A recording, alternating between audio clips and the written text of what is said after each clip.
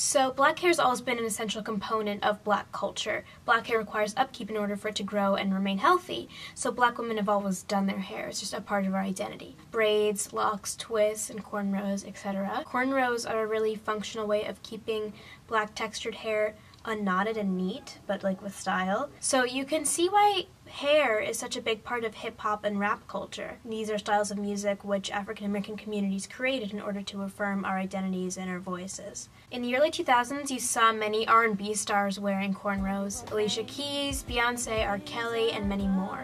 As hip-hop became more and more popular and integrated into pop culture, so did black culture. Eminem's album went 4 times platinum, and he achieved immense success in the hip-hop world. Black culture had become popular. As the early 2000s turned into the 2010s, white people began to wear clothing and accessories associated with hip-hop.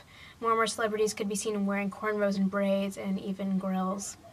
So by 2013, the fashion world had adopted cornrows as well. Cornrows and braids were seen on high fashion runways for brands like Marquesa and Alexander McQueen, and magazines had editorial campaigns featuring cornrows as a new urban hairstyle. And Riff Raff came onto the scene, a suburban white middle-class man who almost ironically took on a black accent and wore braids and gold teeth. And then James Franco took inspiration from Riff Raff for his role as Alien in Spring Breakers. And pop stars and icons adopted black culture as a way of being edgy and gaining attention. In 2013, Miley Cyrus twerks and uses black women as props. And then in 2014, in one of her videos called This Is How We Do, Katy Perry uses ebonics and hand gestures and eats watermelons while wearing cornrows before cutting inexplicably to a picture of Aretha Franklin.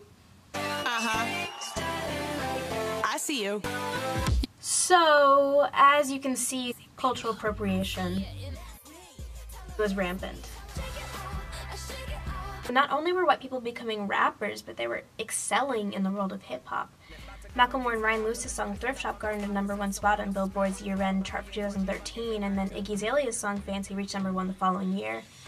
And in May of 2014, Forbes released an article titled Hip-Hop's Unlikely New Star, a White, Blonde Australian Woman. But at the same time, police brutality against black people came to the forefront in an incredible movement ignited by the murders of Trayvon Martin, Michael Brown, Tamir Rice, Eric Garner, and many others. People began to protest institutionalized racism by marching and by using social media. Celebrities spread awareness and shared condolences, or at least some did, as Azealia Banks, a black female rapper, pointed out.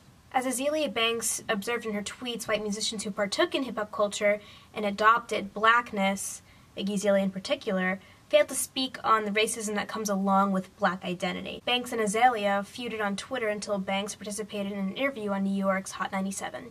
I have a problem when you're trying to, say that it's hip-hop and you're trying to, put it, up against black culture. It's like a cultural smudging was what I see. All it says to white kids is oh yeah, you're great, you're amazing, you can do whatever you put your mind to.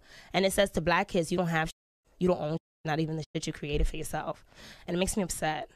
That itself is what is so complicated when it comes to black culture. I mean, the line between cultural appropriation and cultural exchange is always going to be blurred, but here's the thing.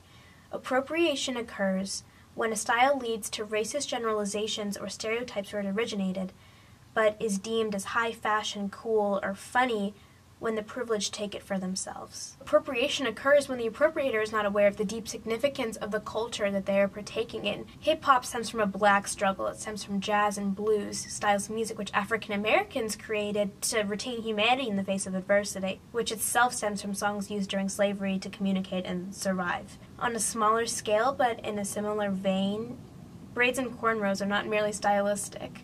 They're necessary in order to keep black hair neat. So I've been seeing this question a lot on social media, and I think it's really relevant. What would America be like if we loved black people as much as we love black culture?